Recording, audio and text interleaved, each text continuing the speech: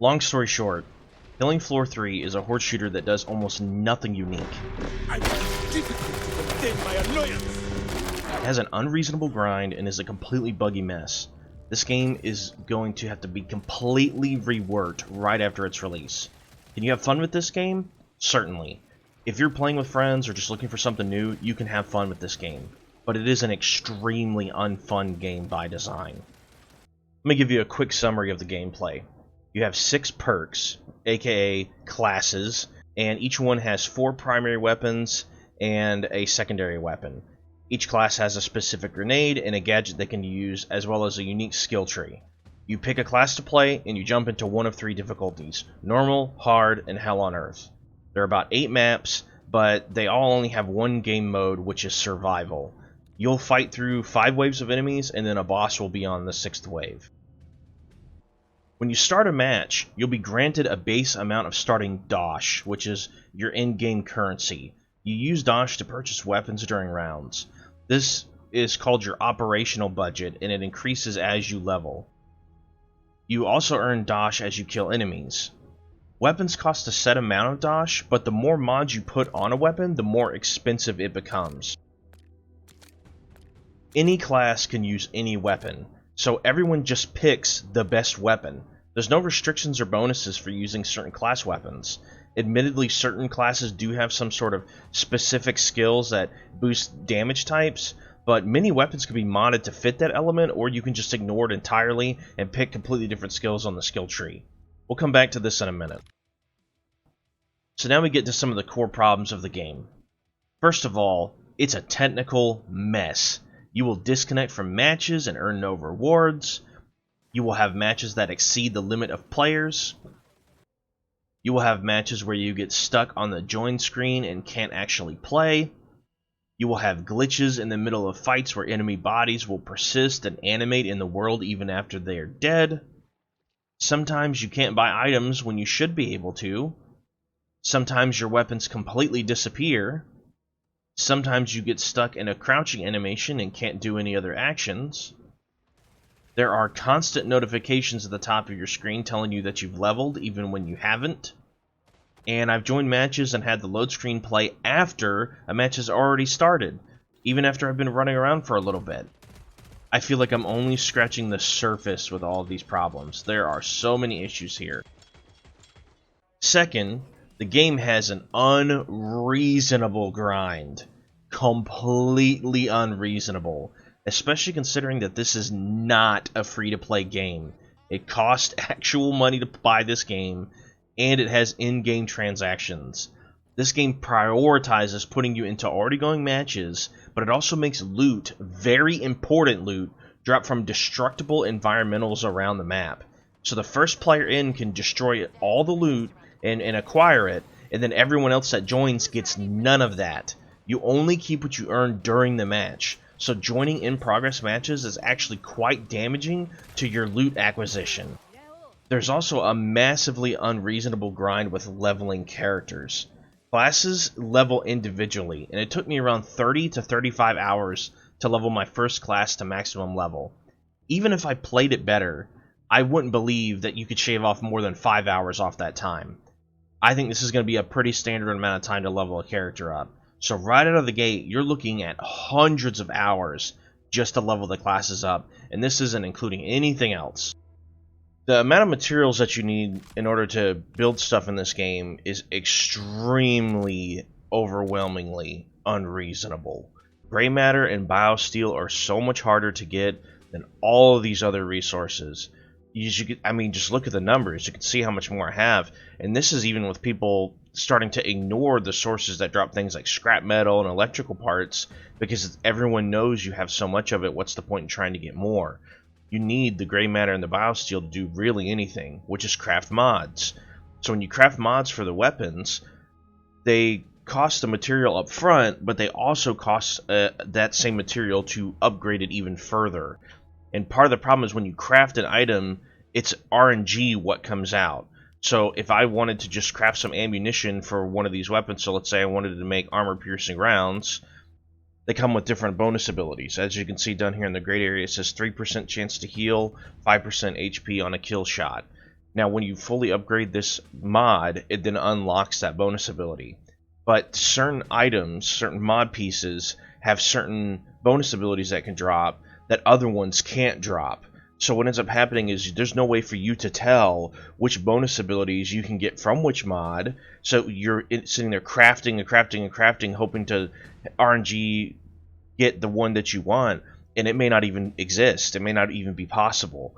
So I've ended up looking at a spreadsheet to try to figure out which ones that I could get based on what somebody online made. I don't know what I would do without that, because it's so difficult to tell what goes where.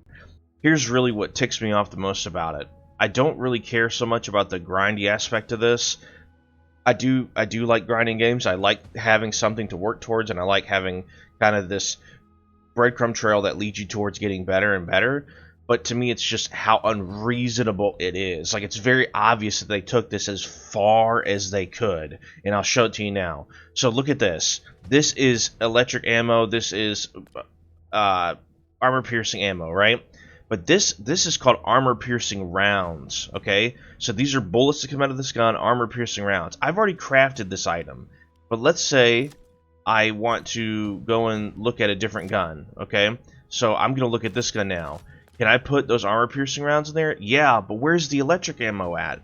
So they don't want you to use electric ammo in this gun. Okay, that's not that unreasonable. Maybe certain guns can't use certain ammo types, alright? That's perfectly fine. But, because, you know, like, there's some other weapons that are like a flamethrower, right? Like a grenade launcher. Like, obviously, we're not going to put armor-piercing bullets into this grenade launcher.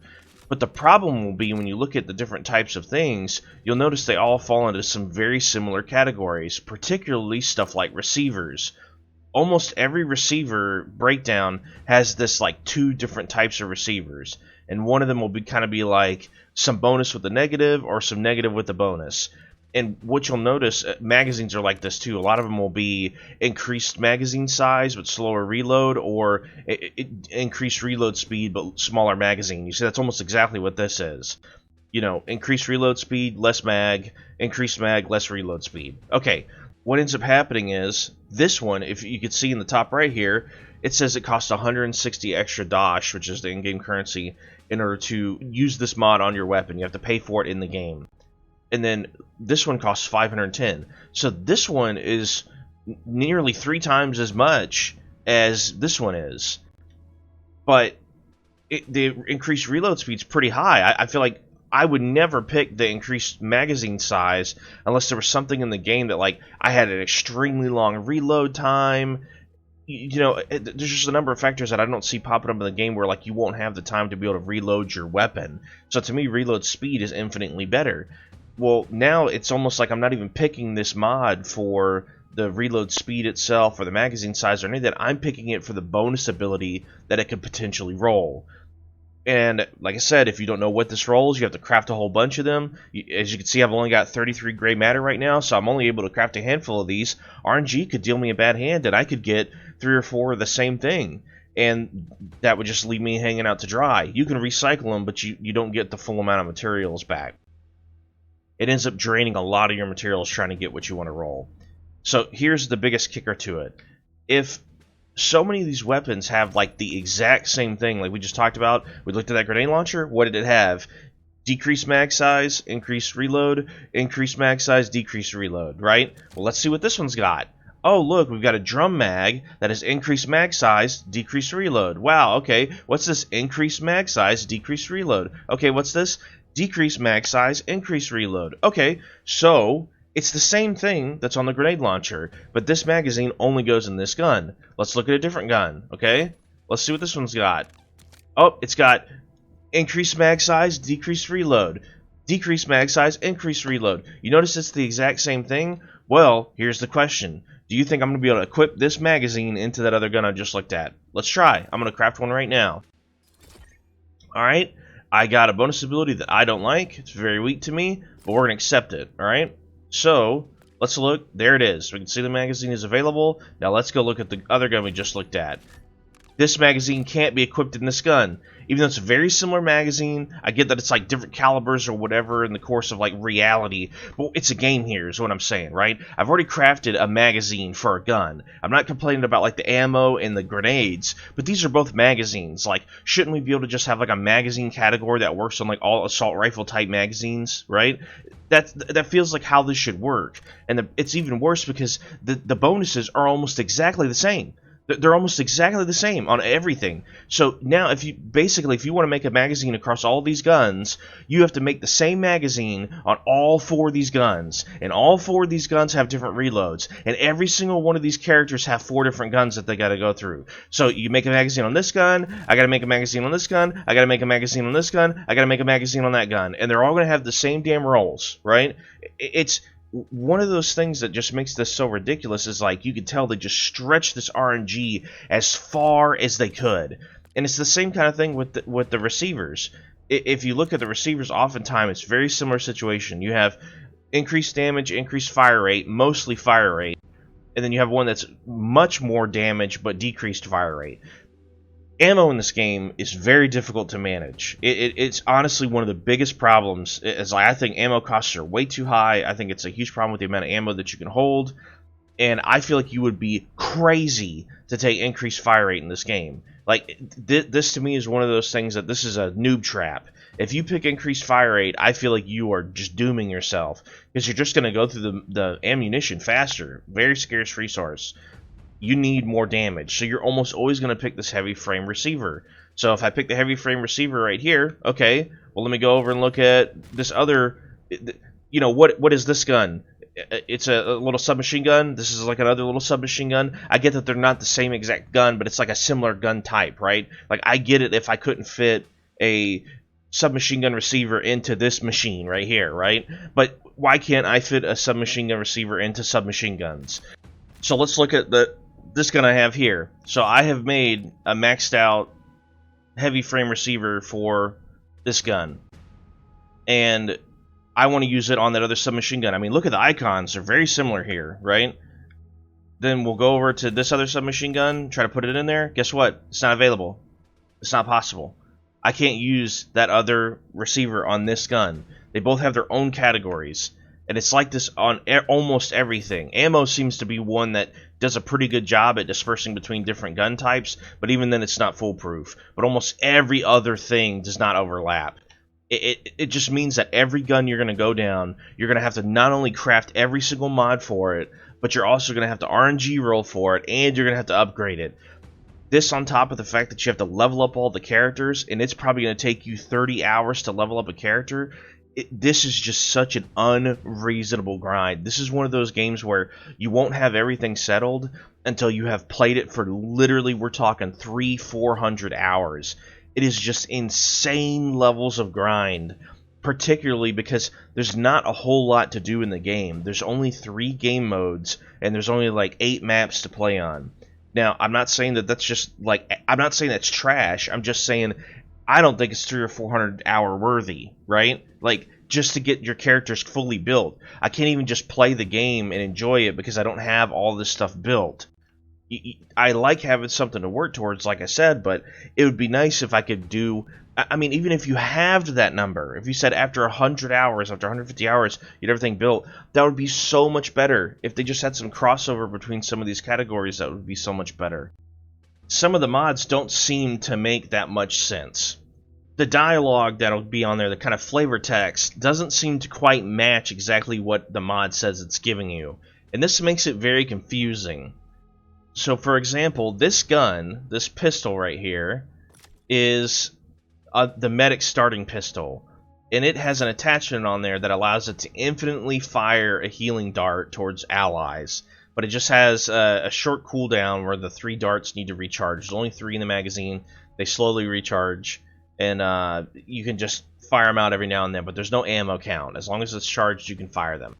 So to me, I looked at the different magazines available, and one here is it increases the gun's burst fire mode, so the gun can now burst fire bullets to shoot enemies. Okay, that's great, but I wanted to focus on the healing aspect, so we looked at this. Dart Recharger Kit. So if you read it, it says The kit reduces the primary dart ammo refill charge time. Right under this, it says fire rate secondary. So primary dart ammo refill and then secondary fire rate. What is going on here? It's talking about the primary dart, but the secondary is what fires the darts to heal people, but this increases the fire rate of the secondary. So it's almost like this is some outdated something that didn't get translated properly. I don't know, but if we just go on based on what's on the bottom, the fire rate increasing, well, the fire rate is semi-automatic. I can fire it almost as fast as I can click it, so increasing the fire rate would be meaningless. But if they increase the charge rate of the darts so that I could shoot them more frequently, that's actually pretty good. So let's see what happens if I actually put this on the gun. Alright, so you can see in the little readout there, it says dart ready. And when I fire it, you see one of the little pips goes away and then it recharges, right? So let's fire all 3. Alright, that was all 3 darts fired. And you can see it's recharging. But you notice as it reaches full, it stops for a second. The recharge isn't smooth. It stops after 1 dart fills, and there's a pause before it will begin regenerating the next dart.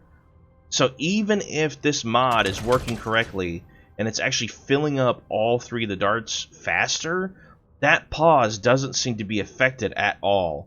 The pause is interrupting the ability for that mod to actually influence the weapon. It's almost worthless. I'd be better off just going with the burst fire, because I can't really recharge the darts any faster. There's 6 characters to pick from, and the real difference between them is going to be they have a specific grenade type, they have a gadget that they can use, and then they have certain skills that they have when they level up. So this is the little skill tree, and they're split into basically 3 parts. The middle part is always the grenade on every class, and the right part is always the gadget on every class. And the far left part is kind of a crapshoot on what you're going to end up getting, but they're just passives that modify how the character plays. Some of them can have some very dramatic outcomes, and other ones can just be very mild. For instance, on the medic, this one allows you to heal your allies from a distance when they're knocked down, so you don't need to go to them to revive. You can just shoot them with a healing beam, basically, and pick them up. And this is super strong because it allows you to avoid dangerous situations but still be able to revive somebody from far away, and it also prevents you from having to hold still to revive someone. This one passive basically makes or breaks the medic. I feel like you would be crazy to not take this if people are getting downed a lot. Now, obviously, you can make an argument for the other hand of this, which is you can take reduced damage, but you'll notice that when I scrolled over this one, it says upgrade cost 125 of these available proficiency points. So I'm at the max level on the medic. I'm level 30. That's as high as you can go.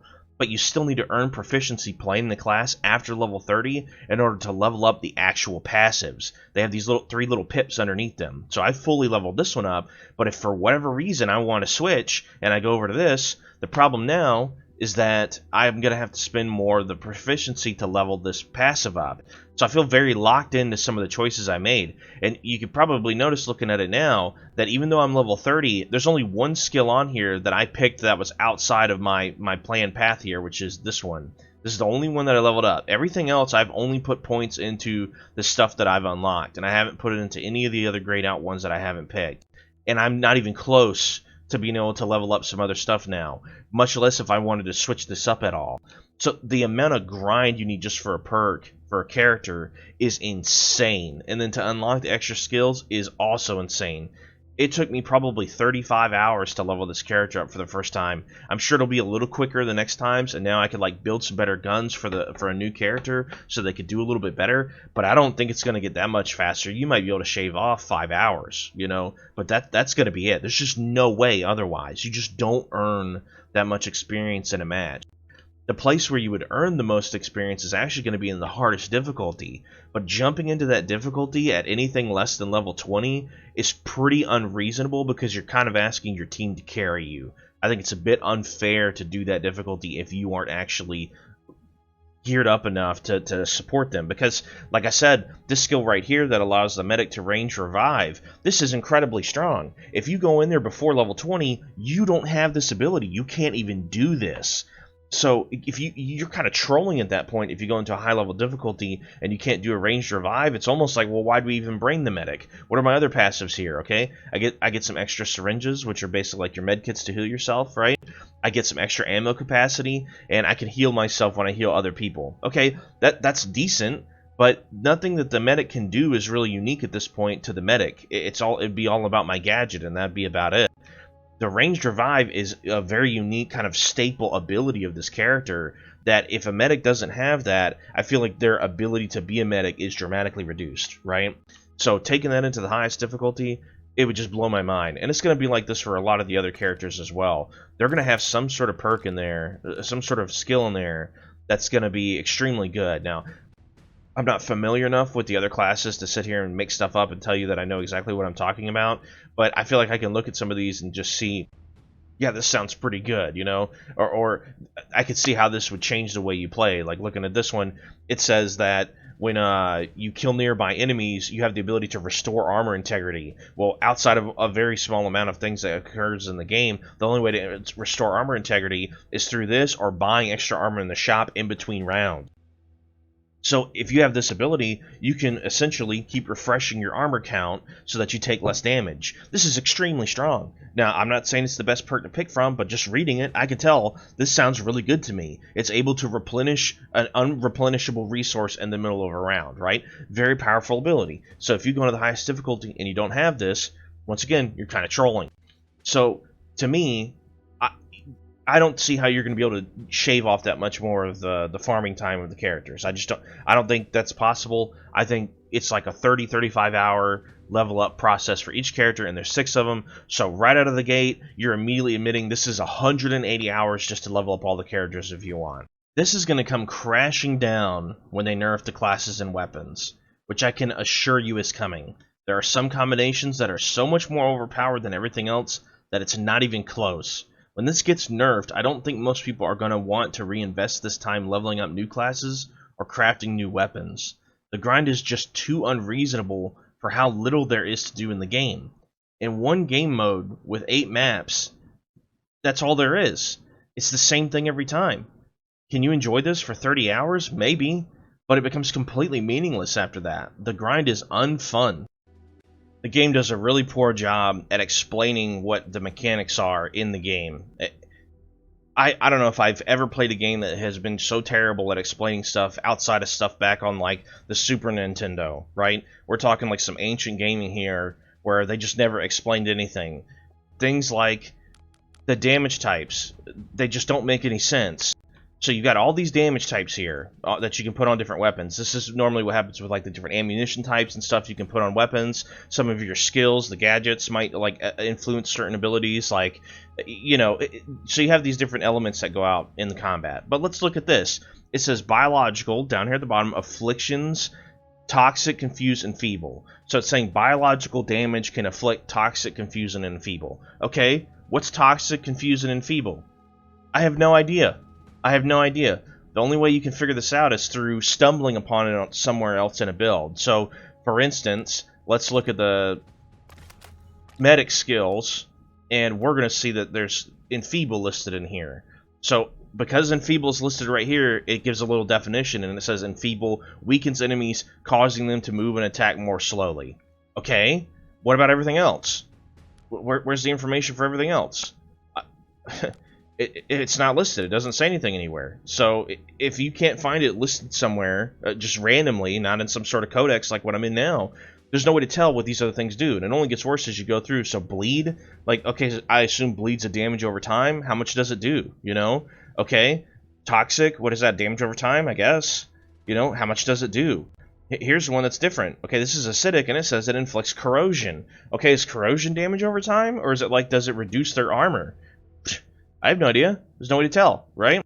Well, here's where the problem really comes in. Even though there's all these damage types, which I will say, like, I think this is fine. I think having damage types is cool. Especially because you have 2 guns in a match, so you could put different ammo types on your guns for different enemies. But the whole thing goes out the window based on what you actually fight in combat. So here's a list of all the enemies in matches. This is all the enemies in the game currently. 3 of these are bosses that will only appear at the final round. And then the rest of them can show up in any numbers. So a lot of these small Zeds, they'll just show up, you know, 50, 100 of these will show up in a round. No problem. There's tons of them. And then same kind of thing with this area. We'll probably have a lot more of these guys, but maybe not quite as many. You might have 25 to 50 of these guys show up in a round.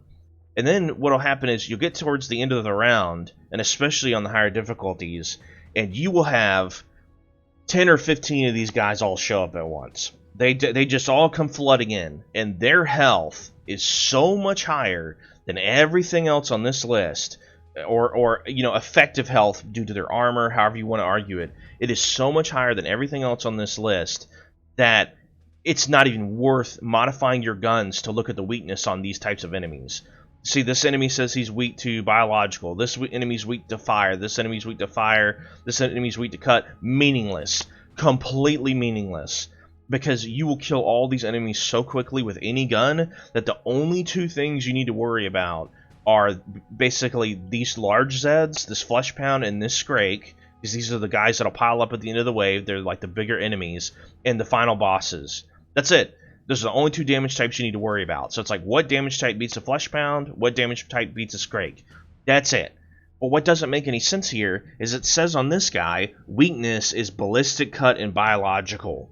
Okay? So I went to my gun on my class. All right, so let's check it out. I went to my character and I looked at what kind of ammos I could get, and one of these was a hollow point ammo, and it says that it changes the damage type to ballistic damage and cut damage. Okay, those are two of the types that the Scrake is vulnerable to. And then it decreases the accuracy, but increases damage, increases stun infliction.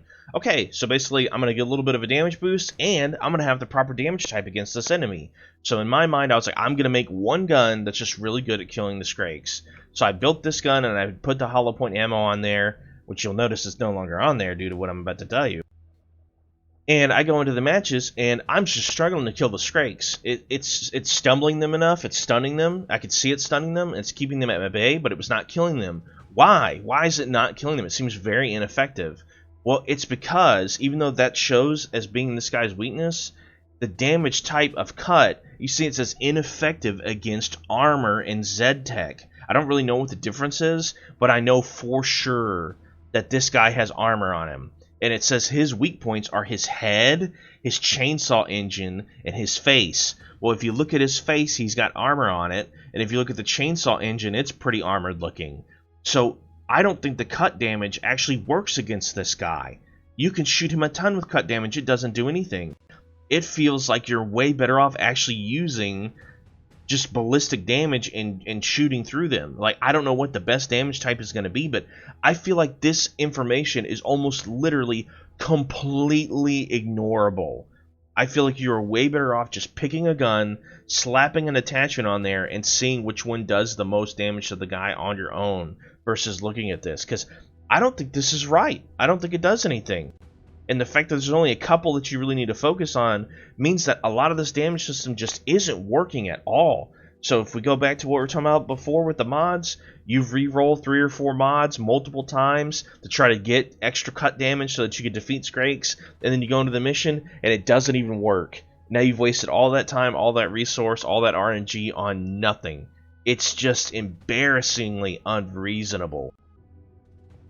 So I played Medic all the way through. That was the first character that I had picked, and I was enjoying it. I like playing support classes, but one of the problems I noticed was that there's always so many of those tankier monsters at the end of rounds, and they typically seem to be the 99% of the time why you lose, or it'll be the boss. So to me, I instantly was like, the best class to level up is going to be the sniper. It seems like it's kind of a boss killer. It has a lot of increased damage. It has a lot of very slow reloading, low magazine, big damage hitters. Okay, sounds great. I'm doing sniper. We're going to see how this goes. Plus, I noticed there was like not many of them in the rounds. They're just, I didn't often run into snipers. And I was wondering why. But when I started playing it, I realized there's a huge problem with how the sniper functions, which is that when you're aiming down sights at an enemy, there is so much recoil on these guns, it is very difficult to tell if you're actually hitting an enemy. Like, I'm getting that feedback because the targets are moving, right? But if I shoot that guy, it is so hard to tell if that shot even landed. So when you're in the middle of combat and you're running around and you're trying to shoot a whole bunch of things and you're just like, oh man, I don't know if I hit that guy, I don't know if I hit that guy, or there's somebody running at you and you're trying to back up and you're shooting him in the head, it is so hard to tell if you're even landing the shot. The game has hit markers. When you shoot an enemy, a little hit marker will pop up. It's not happening in this lab, but when you shoot an enemy, a hit marker will pop up. The problem is when you're aiming down sights, the camera goes up so hard that it will overlook the hit marker. You won't be able to see it. So here's the thing. It feels like it's better to just shoot hip fire than it is aim down sights. So if I'm just look at how much easier it is to tell if I hit that guy in hip fire, right? Look at that. It's very clear that I'm hitting that guy. Very clear. You see little bursts of smoke and stuff. You're almost completely missing that whenever the gun raises up, which just makes it hard to tell what you're doing. It's compounded by the fact that there's a ton of stuff going on. Aim down sights right now almost feels like a trap. I think you're almost way better off just hip firing. It feels like when you hip fire, your accuracy is so much better because you can see what you're shooting at. I had this thought initially in the game with things like iron sights. Iron sights are pretty bad about blocking your vision there. Like, see, look at that. If I shoot that guy in the head and I don't get that feedback of the target dropping like that, it's very difficult to tell if you even hit this character with that hit marker. You can't see it past the gun. If I'm aiming for the head, I can't see anything past the gun. It's completely blocking my vision. But with the sight on there, with a holographic sight, I can at least aim at the head and still see the target a little bit. But the recoil makes that ineffective regardless. It recoils so hard it takes that ability away to see it. So no matter which way you cut it, if you iron sight it or not, you can't see. So forget it. Just hip fire everything. Why look directly at stuff with the aim down sights? I can just hip fire. There's a % damage increase when hitting critical zones while aiming down sights, but it doesn't say how much that critical damage increase is. Is it 50%? That it's probably worth it. Is it 2%? It's probably not, right? I have no idea. But at this point, I'll tell you one thing that's for sure. It doesn't really matter what the bonus damage is, because if I can't tell if I'm hitting the enemy, it's not worth anything. I need to know that I'm landing hits. I need to know how to play. And if you take that feedback away by masking it through this recoil, I have no idea if I'm hitting these targets. Like I said, it works in here because you can see the dummies fall, but in a match where you're shooting these big tanky enemies and they won't even flinch when you hit them, it is very hard to tell if your shots are even landing. And it's very important to kill those targets quickly, so if you can't figure this out, you're going to die, and you're not even able to get the feedback to understand why. If there were some changes I were to make to the game, I think something that would really help is to reduce the cost of ammunition when you are purchasing it between rounds. Ammo is just too expensive, and in a game that's about shooting, I want to shoot my gun. I get about ammo economy and trying to aim for headshots and everything else, but it's a complete cluster going on.